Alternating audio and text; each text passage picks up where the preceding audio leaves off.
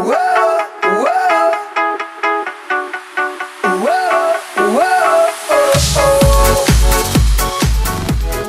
дуслар, мен Эльмира Гелфанова. Мен бұл Зосветекс проекты турында көп кенә яшь башкаручылар кебек интернет челтәрләрендә күрдем һәм белдем. Инде мин бу проектта беренче генә тапкыр түгел, икенче тапкыр катнашам.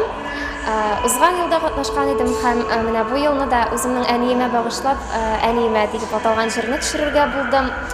Real Records ул яшь башкаручыларга үзләрен күрсәтергә шундый бер шанс бирә. Чөнки күп кенә яшь җырчылар сәхнәгә менә чыга алмыйлар һәм шуңа күрә Real Records бу эштә аларга ярдәм итә.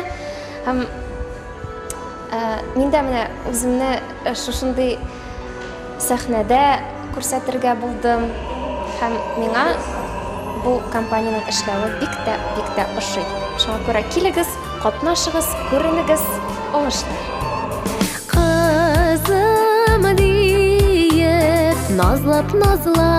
Назлап кына иркәләп кадерләп мине үстердең. Бөтен булган гомереңне миңа багышладың. Барысын да син миңа бирдең.